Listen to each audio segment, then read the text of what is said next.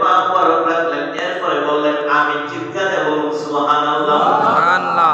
দ্বিতীয় সিজদার পা মোবারক রাখার পরে দয়াল নবী আমার নবী উম্মতের কান্ডারি দুই জাহানের বাদশা রাহমাতুল লিল আলামিন আমিন বললেন। সাহাবীরা আশ্চর্য হয়ে গেলেন। তৃতীয় সিজদার পা মোবারক রাখলেন, রাখার পরে আমার নবী আপনার নবী আমিন বললেন। আশ্চর্য হয়ে গেলেন। নামাজের খুতবা দিলেন। খুতবা দেওয়ার পরে নামাজ কমপ্লিট হলো।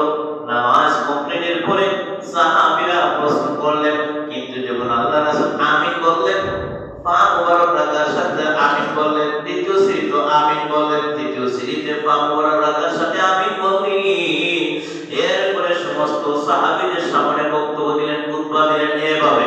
ডেকে ডেকে বললেন, প্রাণের সাহাবীরা রে, আজ তোমরা আমার সামনে একটু দূরে দূরে বসেছো। ও সাহাবীরা, আমি রাসূল আজকে তোমাদেরকে ঘোষণা করে দিচ্ছি, আমার সামনে একটু নিকটে চলে আসো। চিৎকার দিয়ে বলুন সুবহানাল্লাহ। আওয়াজ দিয়ে বলুন সুবহানাল্লাহ। এরপরে সাহাবীরা সবাই মৌমাছির মতো আল্লাহর রাসূলের সামনে চলে আসেন। দয়াল নবীজি গুরুত্বপূর্ণ বক্তব্য দিলেন। বক্তব্যের এক পর্যায়ে আল্লাহ রাসূল বললেন, ও সাহাবীরা রে, এই মুহূর্তে আল্লাহর পক্ষ থেকে জিবরাইল আমিন আমার নিকটে এসে তিনটা বদুয়া নিয়ে এসেছে।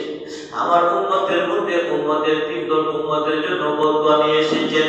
এই বদুয়া নিয়ে আসার সাথে সাথে আমি নবীজি আমিন আমিন বলে